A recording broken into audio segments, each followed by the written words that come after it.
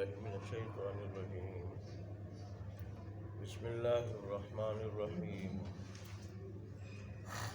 إن الله اشترى من المؤمنين أنفسهم وأموالهم بأن لهم الجنة يقاتلون في سبيل الله فيقتلون ويقتلون وعدا عليه حقا في التوراة والإنجيل والقرآن ومن أوفى بعهده من الله فاستبشروا ببيعكم الذي بايعتم به وذلك هو الفوز العظيم. صدق الله مولانا العظيم وصدق رسوله النبي الأمي الكريم ونحن على ذلك لمن الشاهدين والشاكرين والحمد لله رب العالمين. اللہ اکبر. اس آیات میں مسجد ضرار کا تذکرہ، اس کا حکم مذکور ہوا تھا، اور اللہ تبارک و تعالیٰ نے مسجد کی آڑ میں منافقین کا جو ایک برا منصوبہ تھا مسلمانوں کو، اسلام کو نقصان پہنچانے کے واسطے، اللہ تبارک و تعالیٰ نے اس منصوبے کا پردہ چاک کیا تھا،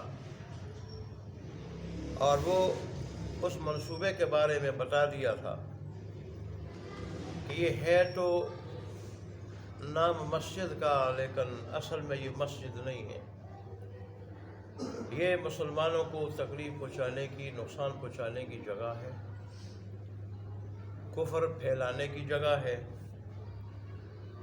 اور یہ ایسے آدمی کے لیے گھات گاہ بنانا چاہتے ہیں منافق کہ جو اللہ اور اس کے رسول کے ساتھ پہلے لڑائی کر چکا. ظاہر ہے اس نے رسول اللہ صلی اللہ علیہ وسلم کی شان میں گستاخی کی تھی، سخت الفاظ کہے تھے، بددعا دی تھی، اور پھر غزوہ حنین تک وہ مسلمانوں کے خلاف مشرکوں، کافروں کی مدد کرتا رہا. تو اللہ تبارک و تعالیٰ نے فرمایا کہ اب یہ مسجد کے نام سے جو ادارہ بنایا تھا، یہ مرتے دم تک ان کے دلوں میں کھٹکتا رہے گا کہ ہم کر کیا رہے تھے، ہو کیا گیا. یہی بات تو حضرت علی نے فرمائی تھی کہ میں نے اللہ تبارک و تعالیٰ کی وحدانیت کو، کہ وہ اکیلا ہے، اس کا کوئی شریک نہیں، خدائی میں ارادوں کے ٹوٹنے سے پہچانا ہے کہ ابھی پکا ارادہ کر لیتا ہے کہ میں نے یہ کام کرنا ہے، اور اس کے اسباب بھی اختیار کر لیتا ہے، لیکن اس کے باوجود وہ کام کر پاتا نہیں ہو. کیوں؟ کہ اللہ کی مشیت نہیں ہوتی.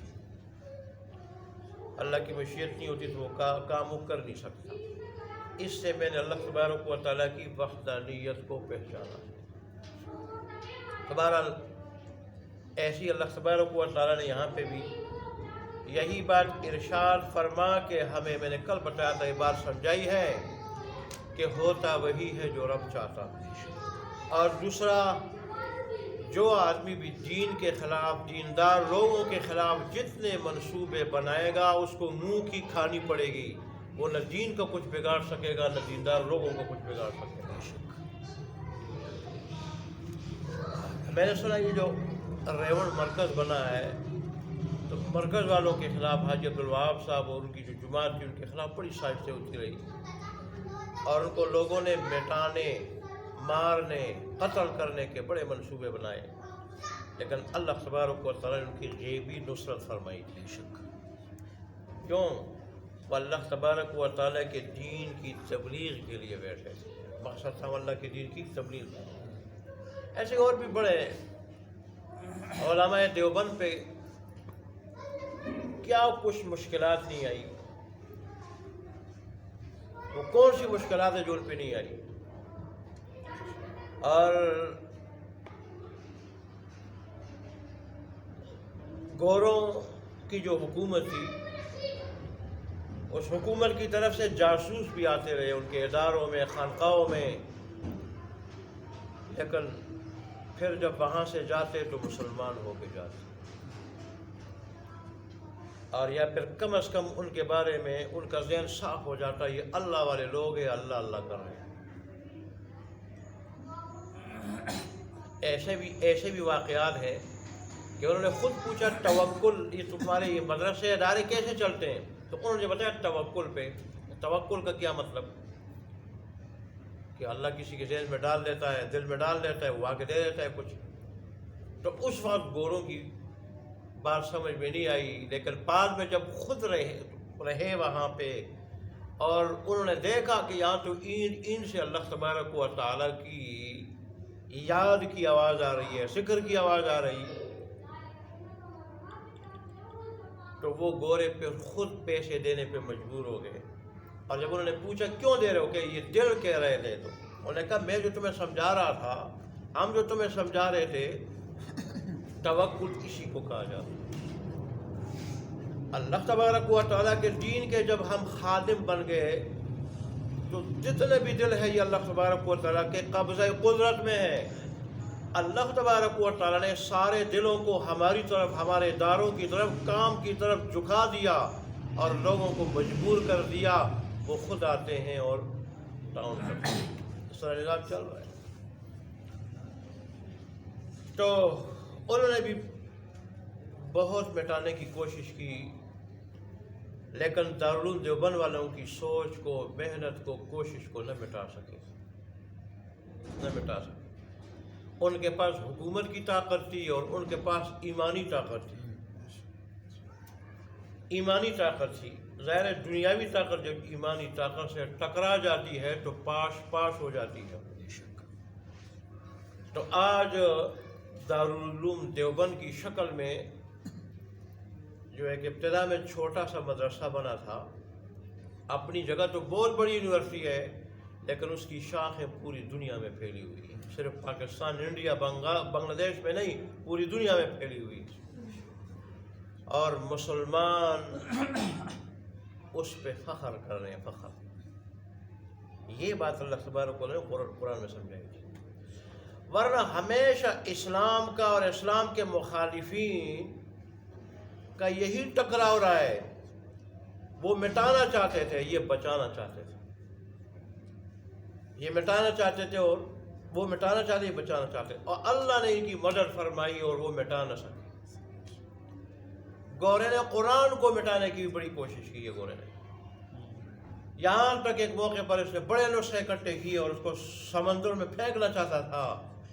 کسی اللہ والے کے دل میں اللہ نے ڈالی بات، اس کو پتہ چلا، وہ پہنچا، اس نے کسی مدرسے میں جہاں گورے کھڑے تھے، ان کے عالمی جن کھڑے تھے، وہاں سے چند حافظ اٹھائے، ایک سے کہا کہ پڑھو، 2-3 پارے اس نے بھی پڑھ لیے، 2-3 دوسرے نے بھی پڑھ لیے۔ تو پھر گورے کو کہا کہ کاغذ سے تو قرآن کو مٹا لو گے، لیکن ان حفاظ کے سینوں سے قرآن کو کیسے مٹاؤ گے؟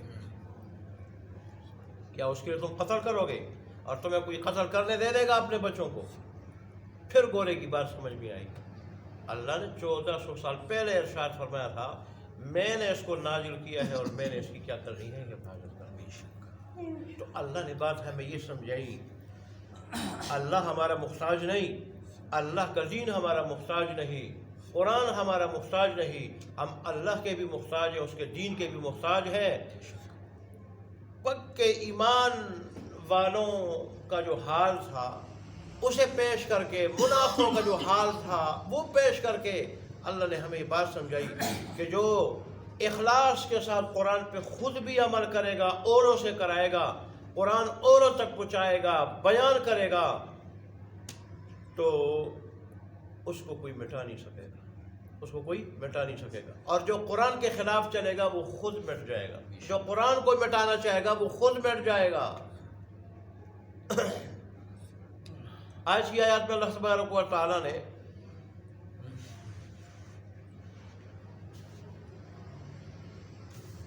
جہاد کی حکمت بتائی ہے، جہاد کی حکمت کیا ہے، اس کا فائدہ انسان کو کیا ملے گا، اس کا فلسفہ کیا ہے؟ تو اللہ تبارک و تعالی نے یہ ارشاد فرمایا ہے کہ اصل میں دنیا میں جب انسان آیا ہے، اور خاص کر ایمان والے سے اللہ تبارک و تعالیٰ نے اس کی جان بھی خریدی ہے اور اس کا مال بھی خریدا ہے۔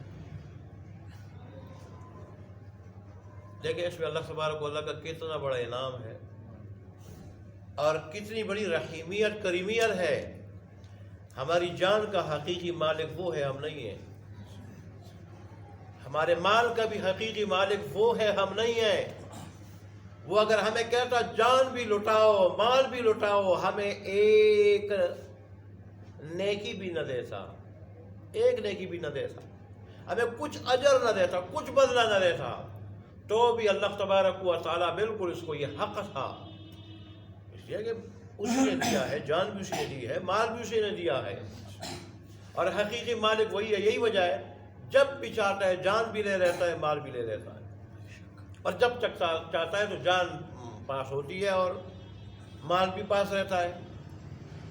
لیکن یہ اس کی رحیمیت کریمیت ہے کہ ایک عارضی مالک، جان کا بھی مال کا بھی، ایک عارضی قابض، جان کا بھی قابض، قبضے والا، جان پہ قبضہ رکھنے والا عارضی، اور عارضی قابض مال کا بھی۔ اس سے اللہ تبارک و تعالیٰ کہہ رہے ہیں کہ یہ جان اور مال کا میرے ساتھ سودا کر لو، اور بدلے میں کیا چیز دوں گا؟ بدلے میں جنت دوں گا۔ اب جنت اللہ تبارک و تعالیٰ کی کتنی بڑی قیمتی چیز ہے، کتنی اعلیٰ چیز ہے۔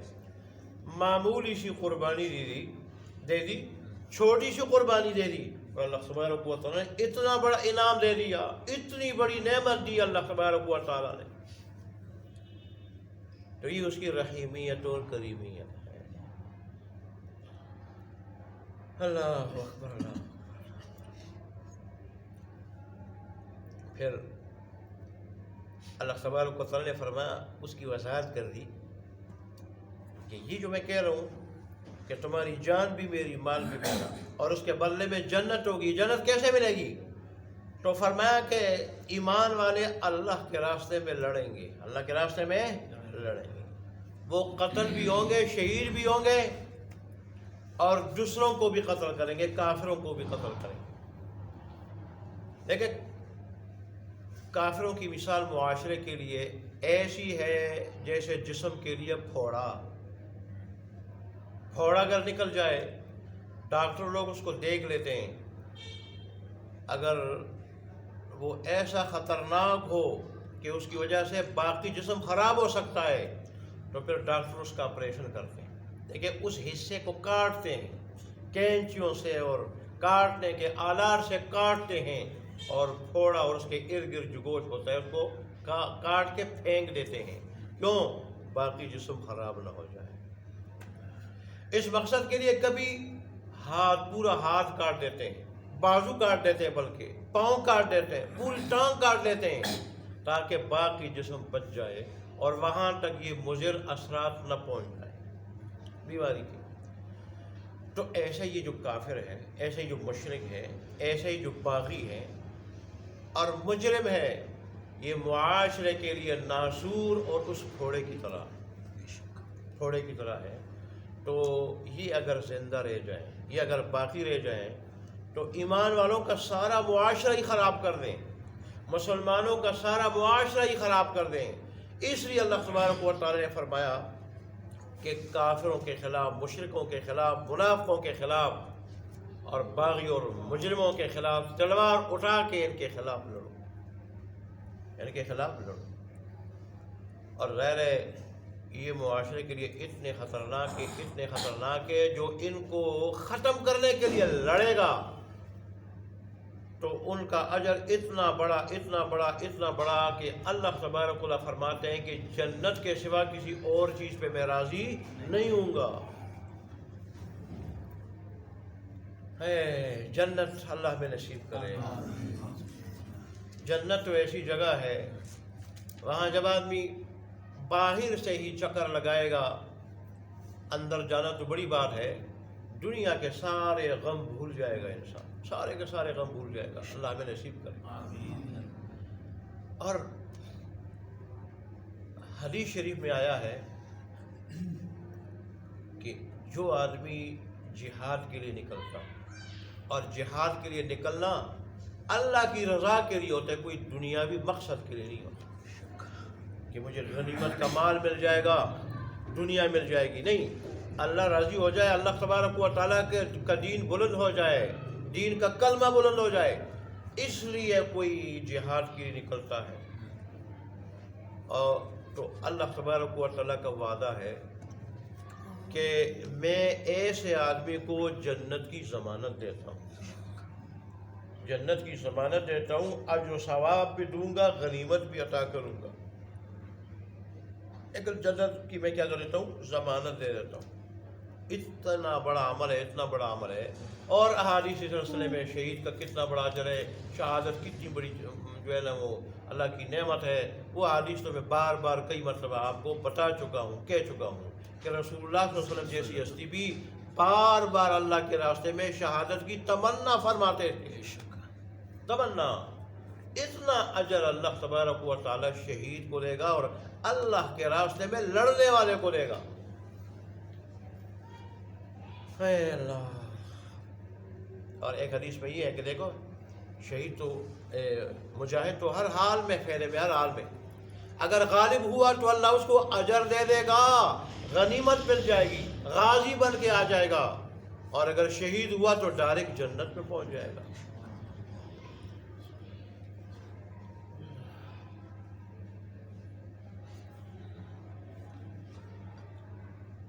اس لیے اللہ تبارک و تعالیٰ فرماتے ہیں ان اللہ اشترى، بے شک اللہ تبارک و تعالیٰ نے خریدا ہے، من المؤمنین، ایمان والوں سے کیا چیزیں خریدی ہیں؟ انفسہم، ان کی جانیں، واموالہم، ان کے مال، بِأَنَّ لَهُمُ الْجَنَّةَ، اس بدلے میں، اس چیز کے بدلے میں کہ ان کے واسطے جنت ہوگی۔ کیا ہوگی؟ جنت۔ اور ایمان والے جو حقیقی ایمان والے ہیں ان کو بھی پتہ ہے یہ جان بھی ہماری نہیں، مال بھی ہمارا نہیں، جان بھی اللہ کی اور مال بھی اللہ کا۔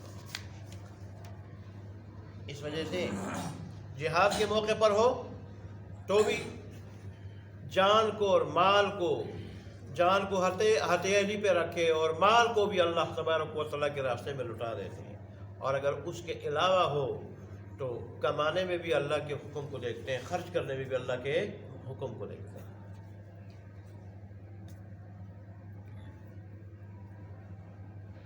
اب اس کی شکل کیا ہوگی کہ اللہ نے خریدا ہے، مسلمان اللہ کو جان بھی دیں گے، اللہ کو مال بھی دیں گے۔ اس کا طریقہ یقاتلون فی سبیل اللہ، وہ لڑیں گے اللہ کے راستے میں، فیقتلون، پس وہ اوروں کو قتل کریں گے، یعنی کافروں کو، ویقتلون،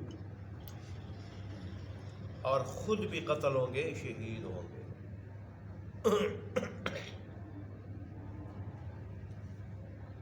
کل میں نے ابو عامر راہب کا تذکرہ کیا تھا، تو دیکھیں میں نے اس دن منافقین کے تذکرے میں بھی یہ بات کہی تھی کہ اللہ نے منافقوں کو اولاد کے سلسلے میں اور ان کے ذریعے ایک صلاحی دی کہ وہ منافق اولاد مخلص صحابی، مخلص مسلمان، مخلص مومن، ایسے ہی جو ابو عامر راہب تھا، رسول اللہ کا بہت بڑا دشمن، مسجد زرار جس کے حکم پہ مسجد زرار کے نام سے جو وہ کفر کا گڑھ بنایا گیا تھا، اس کا بیٹا مشہور صحابی حضرت حنظلہ رضی اللہ عنہ، وہ اس بدبخت کا بیٹا ہے، اس بدبخت کے بیٹے ہیں وہ، اور غسیل ملائکہ کہلاتے، غسیل ملائکہ۔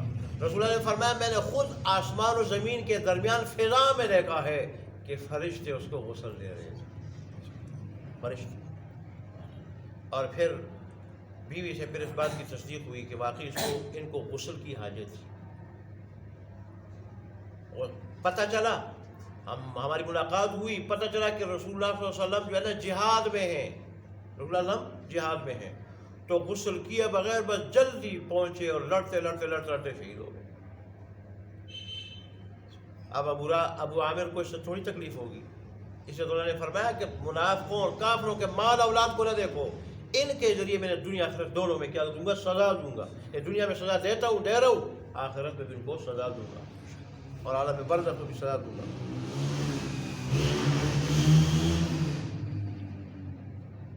وعدن علیہ حقا، اس پر یہ سچا وعدہ ہے کیا کہ جو بھی اللہ کے راستے میں لڑے گا، جہاد کرے گا تو اس کو جنت ملے گی اس کے بعد۔ اور یہ وعدہ کہاں پہ؟ پھر تورات میں بھی ہے، والانجیل، اور انجیل میں بھی۔ اس سے پتہ چلا کہ یہ جو مشہور ہے یا کہا جاتا ہے کہ عیسیٰ علیہ السلام کی شریعت میں جہاد جو ہے نا فرض نہیں تھا، یہ عیسائیوں نے خود غلط مشہور کی ہے یہ بات۔ قرآن تو کہتا ہے کہ انجیل میں بھی جہاد کا حکم تھا، انجیل میں، اور عیسائیوں پر بھی جہاد فرض تھا۔ اور بعض حدیث سے ہی معلوم ہوتا ہے کہ سارے کے سارے انبیاء کی شریعت میں جہاد فرض رہا۔ یہ تو اللہ تبارک و تعالیٰ کے دین، مسلمانوں کی سربلندی کا بہت بڑا ذریعہ ہے۔ اس کو اسلام کا کوہان کہا گیا ہے۔ جیسے سواری کی کوہان کتنی مزے کی اور خوبصورتی کی علامت ہوتی ہے، ایسے ہی دین اسلام کی غلبے شان و شوکت کا ذریعہ کیا ہے؟ جہاد ہے۔ اس لیے رسول اللہ نے فرمایا جہاد کو چھوڑو گے تمہارے اوپر ذلت مسلط ہو جائے، کافر تمہیں دسترخوان پہ پڑے ہوئے کھانے کی طرح تمہیں کھائیں گے، پیٹیں گے تمہیں، جب تک تم جہاد کی طرف اور دین اسلام کی طرف واپس نہ آ جاؤ۔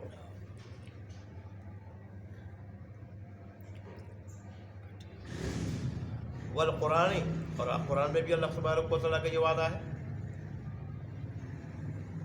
وَمَنْ أَوْفَى بِعَهْدِهِ۔ میں نے آپ کو پہلے کہا تھا کہ تورات قانون کو کہا جاتا ہے، اور یہ بنی اسرائیل نے خود قانون الہی مانگا تھا، تو اللہ نے اس کے ذریعے جو کتاب دی اس کا نام بھی تورات رکھ دیا۔ انجیل کے خوشخبری کو، اس کو انجیل اس لیے کہا جاتا ہے کہ اس میں جگہ جگہ رسول اللہ صلی اللہ علیہ وسلم کے آنے کی بعثت کی خوشخبری دی گئی ہے، جو قرآن میں اس کا ذکر ہے۔ اور قرآن کو قرآن سے کہا جاتا ہے کہ یہ سب سے زیادہ پڑھا جاتا ہے، سب سے زیادہ پڑھا جاتا ہے۔ اللہ نے گویا پہلے سے پیشن گوئی فرمائی کہ یہ میں کتاب ایسی دے رہا ہوں کہ دنیا میں سب سے زیادہ یہ کتاب پڑھی جائے۔ وَمَنْ أَوْفَى بِعَهْدِهِ مِنَ اللَّهِ، اور اللہ سے بڑھ کر اپنے عہد کو کون پورا کرنے والا؟ اللہ جو عہد کرے، اللہ جو معاہدہ کرے، اللہ جو وعدہ کرے، اللہ پھر پورا کرتا ہے۔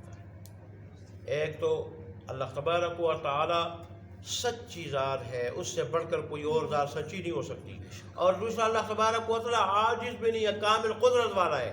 لیکن بس اوقات بندوں میں سے ایک بندہ بڑا سچا بھی ہوتا ہے لیکن اس کے باوجود وعدہ پورا نہیں کر سکتا، عاجز ہونے کی وجہ سے، حالانکہ پورا کرنا چاہتا ہے، نہیں پورا کر سکتا۔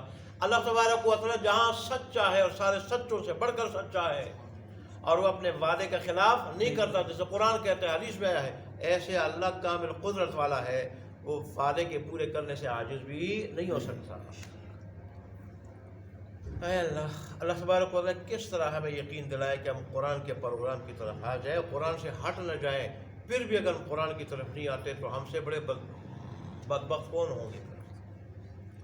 ہم سے بڑا بدبخت کون ہوگا پھر؟ اب آگے اللہ کیا کہہ رہے ہیں؟ بڑے پیار سے فَاسْتَبْشِرُوا، بس خوش ہو جاؤ،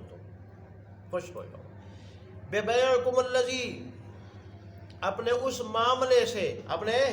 معاملے سے بایعتم بہ، جو تم نے اس اللہ تبارک و تعالیٰ کے ساتھ کیا، ہے۔ ایک اور بات ذہن میں آئی، حدیث شریف، رسول اللہ صلی اللہ علیہ وسلم کے ہجرت سے پہلے، جو میں نے کل بھی شاید تذکرہ کیا تھا، پرسوں 2 جماعتیں آئی تھی مدینے سے، تو ان میں سے جو دوسری جماعت آئی، پہلی جماعت تو تعداد میں وہ کم تھی، 7 آدمی تھے، دوسری جماعت 70 آدمیوں پر مشتمل تھی۔ انہوں نے جو رسول اللہ صلی اللہ علیہ وسلم کے ہاتھ پہ بیعت کی، اس بیعت کو کہا جاتا ہے بیعت عقبہ، اس بیعت میں انصار میں سے ایک جلیل القدر صحابی حضرت عبداللہ بن رواحہ رضی اللہ عنہ، انہوں نے رسول اللہ صلی اللہ علیہ وسلم سے عرض کی، اللہ کے پیارے رسول، ہم تو آپ کے ہاتھ پہ بیعت ہو رہے ہیں، لیکن آپ اللہ کے لیے کیا شرط لگا رہے ہو اور اپنے لیے کیا شرط لگانا چاہتے ہیں؟ تو انہوں نے فرمایا، رسول اللہ صلی اللہ علیہ وسلم نے فرمایا، میں اللہ تبارک و تعالیٰ کے لیے یہ شرط لگاتا ہوں کہ اللہ تبارک و تعالیٰ کے ساتھ کسی اور کو اس کی عبادت پہ شریک نہیں کیا، اور اپنے لیے یہ شرط لگاتا ہوں کہ جیسے تم چاہتے ہو کہ ہماری جان آبرو محفوظ ہو، ایسے ہماری جانیں بھی، جتنے بھی ایمان والے ہیں سب کی جانیں محفوظ ہو۔ میں نے کہا بالکل ہمیں شرط منظور ہے، لیکن یہ شرط اگر ہم پوری کریں اللہ کے پیارے رسول تو ہمیں کیا ملے گا؟ رسول اللہ صلی اللہ علیہ وسلم نے فرمایا جنت ملے گی۔ اس پہ اتنے خوش ہوئے کہنے لگے، پھر تو اللہ کی قسم یہ بڑے نفع والا سودا ہے، یہ بڑے نفع والے سودا ہے، بڑے فائدے والا سودا ہے، اور اس سودے کو ہم کبھی توڑیں گے نہیں۔ اور پھر کہا کہ آپ تشریف لے آئیں، آپ کی جان کی، آبرو کی اور ہر قسم کی آپ کی حفاظت ہو۔ تو دیکھیں، ہم نے بھی جنت کا ہم نے سنا ہے، بار بار آج بھی سنا، پہلے بھی سنا، ان اعمال پہ جنت ملتی ہے۔ ہم کبھی خوش ہو کہ ان اعمال کی طرف گئے، ان اعمال کی طرف گئے؟ کتنے اعمال پہ ہم نے سنا جنت ملتی ہے، لیکن اس کی طرف کوئی نہیں جاتا۔ یہ فرق ہے ان کے ایمان میں، ہمارے ایمان میں۔ ان کا ایسا قوی ایمان تھا، ایسا قوی یقین تھا اللہ تبارک و تعالیٰ کے اوپر کہ جو بھی اللہ اور اس کے رسول کا وعدہ وعید سنتے تو اس پہ یقین رکھتے ہوئے فوراً اس پہ کیا کرتے؟ وعدے کو اپناتے اور وعید سے اپنے آپ کو بچاتے، اور اللہ تبارک و تعالیٰ کے احکام پہ مکمل عمل کرتے۔ اللہ تبارک و تعالیٰ ہمیں بھی عمل کرنے کی توفیق دے، اصل کو عمل ہے۔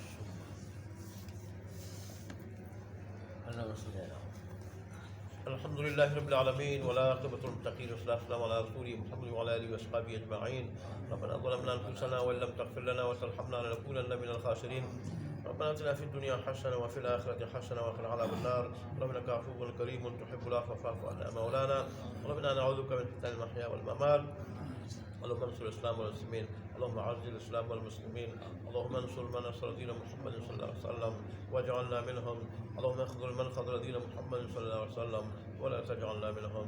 نسألك وتعالى ہمارا ٹوٹا پھوٹا سننا اور سنانا اپنی بارگاہ میں قبول منظور فرما، اور اس پہ جو اجر ثواب اپنے مقدر فرمایا ہے وہ ہمیں نصیب فرما۔ اللہ تبارک و تعالیٰ سے لے کے مرتے دم تک ہمیشہ ہمیشہ کے لیے ہمیں اپنے دین کی باتیں سننے اور سنانے کی، اپنا کلام سننے اور سنانے کی، اور پھر اس پر 100% اخلاص کے ساتھ 100% مکمل عمل کرنے کی توفیق عطا فرما۔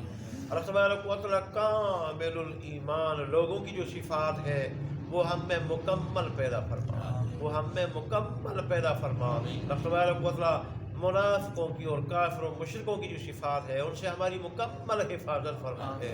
اللہ تبارک و تعالیٰ اس مجلس کو ہماری نجات کا ذریعہ بنا دے، ایسی نجات کہ اس کے بعد پھر کبھی پکڑ نہ ہو۔ اللہ تبارک و تعالیٰ تمام بیماروں کو شفاء کامل عاجلہ مستقل عطا فرما، جو پریشان حال ہے حضرات ان کی پریشانیوں کو دور فرما، جو مقروض ہے ان کو قرضوں سے نجات دے دے۔ اللہ تبارک و تعالیٰ خصوصاً ظرف والے ساتھیوں میں سے ان کے متعلقین رشتہ داروں میں سے کوئی بیمار ہے، کوئی پریشان حال ہے، کوئی مقروض ہے تو اس کو ان مصیبتوں سے نجات عطا فرما دے۔ اللہ تبارک و خیر و رحمت کی بارش نازل فرما۔ ہم گناہ گار ہیں، خطا کار ہیں، مانتے ہیں، مگر تیرے در کے سوا کوئی اور در تھوڑی کہ وہاں جا کے مانگ لے، تیرا ہی در ہے، تو ہی دے سکتا ہے، تجھ سے مانگتے ہیں خیر و رحمت کی بارش نازل فرما۔ اللہ تبارک و اپنے رحیم ہونے کی خاطر، کریم ہونے کی خاطر خیر و رحمت کی بارش نازل فرما۔ ہمارے خطا کار ہونے کو نہ دیکھ، گناہ گار ہونے کو نہ دیکھ، اپنے رحیم ہونے کو دیکھ، کریم ہونے کو دیکھ، اپنے رحیم ہونے کی خاطر، کریم ہونے کی خاطر خیر و رحمت کی بارش نازل فرما۔ اور تبارک اللہ ہمارے جن گناہوں کی وجہ سے بارش رکی ہوئی ہے، ہماری سب گناہوں سے توبہ، ہماری توبہ کو قبول فرماتے ہوئے خیر و رحمت کی بارش نازل فرما۔